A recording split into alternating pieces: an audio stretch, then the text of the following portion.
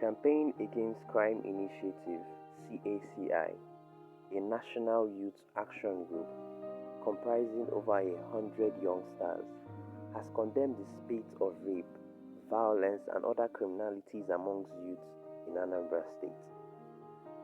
CACI, in an advocacy march held at major streets of Awka on Monday, in collaboration with the Rotary Club of Awka, National Orientation Agency (NOA), National Human Rights Commission, and others, urge youth to refrain from what they termed illegalities and embrace various job opportunities in the state and nationwide. It is very glaring that no country aspiring to greatness can afford to ignore the contribution of its youths or allow them to constitute a major threat to the realization of its policies and programs. Unfortunately, the current social, economic, and political trends have left a sore taste in the mouths of the youths, particularly those from poor social and economic backgrounds. A finger of blame should also be pointed at the portrayal of cyber criminals in popular movies. The internet underworld has made appearances in movies, and they have generally been portrayed in positive light. 70% of hackers and online scammers featured in films were portrayed as heroes, thus setting a negative precedent for the youths. Globally, the cybercrime industry is worth more than $388 billion, more than the illegal drugs market in heroin, cocaine, and marijuana. In Nigeria, according to a report made available by Nigerian Deposit Insurance Corporation (NDIC), Nigerian businesses loses over 270 billion naira to cybercrime annually. The report also revealed that 81% of cybersecurity incidents in the country are either unreported or unresolved, leaving room for the proliferation and escalation of illicit cyber activities. The involvement of youth in cybercrime-related activities has become worrisome to both public and private enterprises. Hence, the need to address the fundamental issues which attract and lead youths into cybercrime. Apparently, the present high value for money and other acquisition regarded as yardsticks for determining the status of individuals in the society seems to have worsened the plight of the youths. This is because they have eroded the societal values for dignity of labor and moral integrity as they direct their energies towards earning a living through foul means.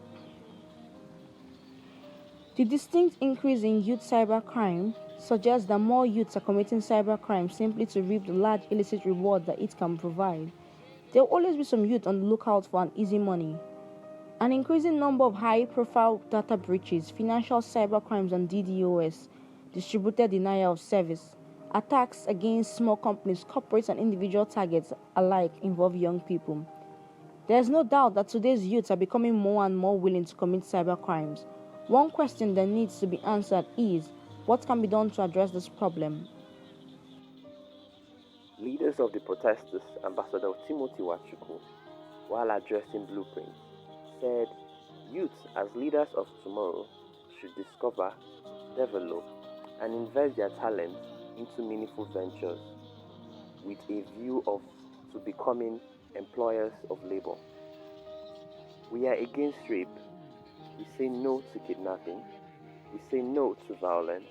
We say no to internet fraud, fake news, and other forms of criminalities. They are affecting our youth so badly. So many have died, and many are sick and suffering because of them.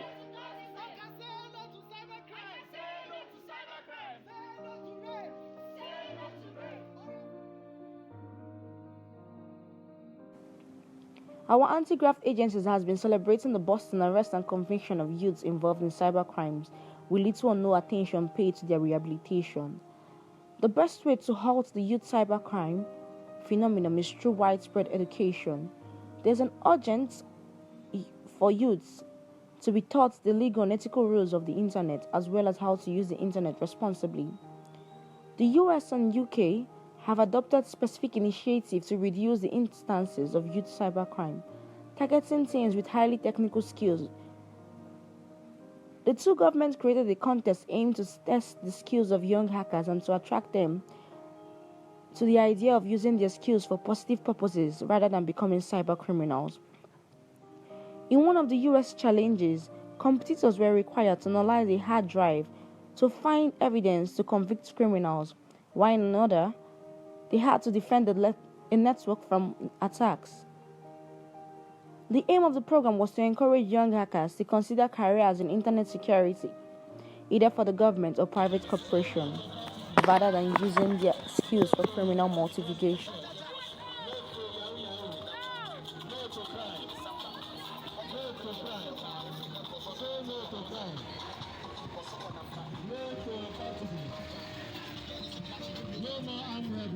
We don't want this to continue. Our society must join us to rise against this so that our society will be free from them.